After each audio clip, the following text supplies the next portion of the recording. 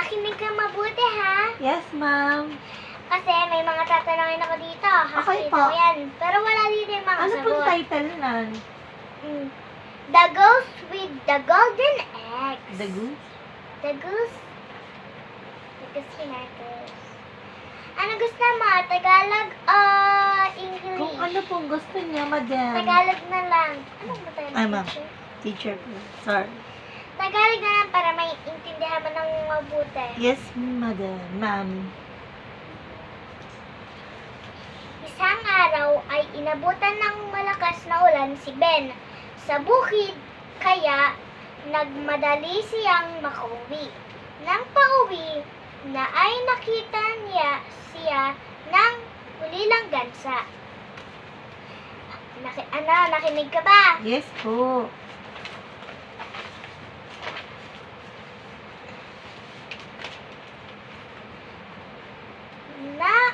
Naawa si Ben sa gansa.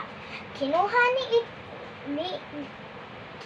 ito ni Ben at inuwi sa bahay. Tinuyo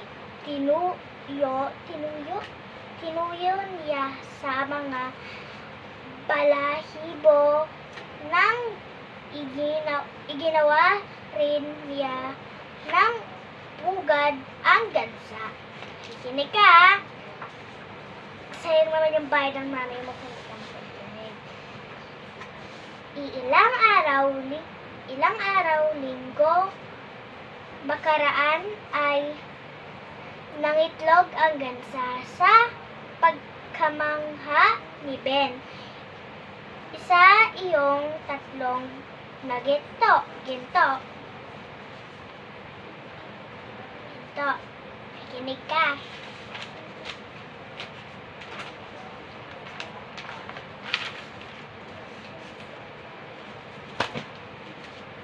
Nang sumunod na araw, ay muling nangitlog ang gansa. Tuwang-tuwa si Ben at munting kabutihan niya ay napalitan ng kayamanan. Kinig ka, ha? Nagtaka ang kaibigan ni Ben sa kanyang biglang pagyaman. Ano ang sikreto mo? Tanong nito. Ang dami mo nang natutulungan.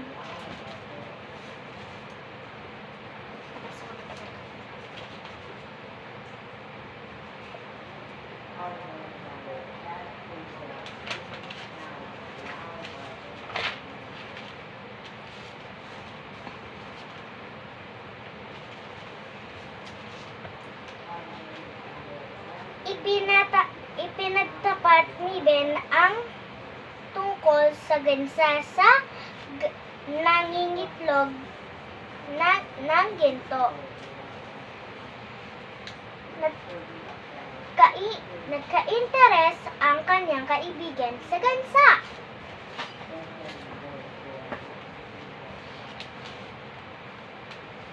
Isang gabi ay ninakaw ng kaibigan ni Ben ang gansa. Umitlog ka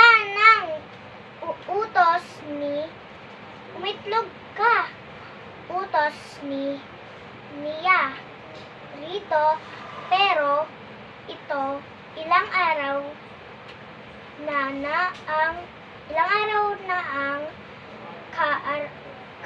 nakaraan ay hindi pa rin ito nangingitlog. Kinig ka ng mabuti. Pag di ka kinig, uulitin natin ito pag di ka nakinig. Hindi ko alam yung mga sagot dito, pero alam ko naman na kaya mo yan.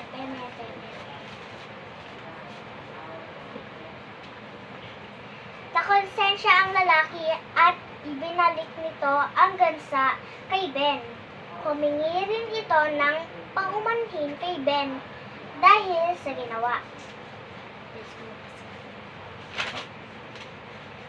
Pinatawad ni Ben ang kaibigan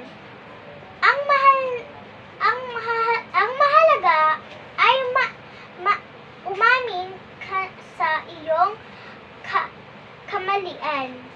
Pinatawad na kita, sabi ni Ben. Sabi ni Ben. Sabi ni Min. Nakonsensya. Ano pa rin?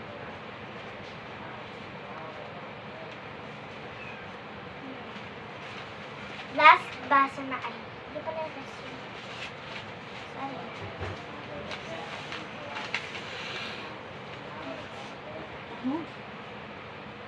Kinabukasan ay tinest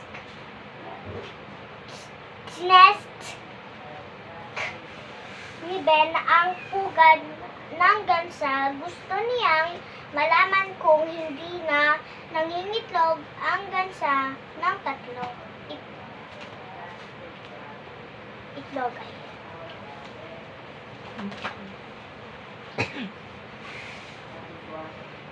Nagulat siya nang makita ang pugad ng makinang na itlog. Salamat kaibigan ng gansa. Marami akong matutulungan dahil sa ginto, itlog na ito.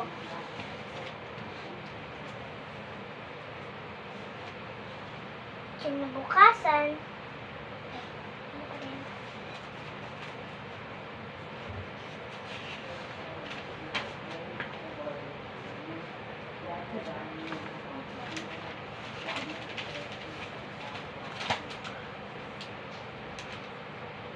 natuklasan ni Ben na nangingitlog ng ginto ang gansa. Kapag mabuting tao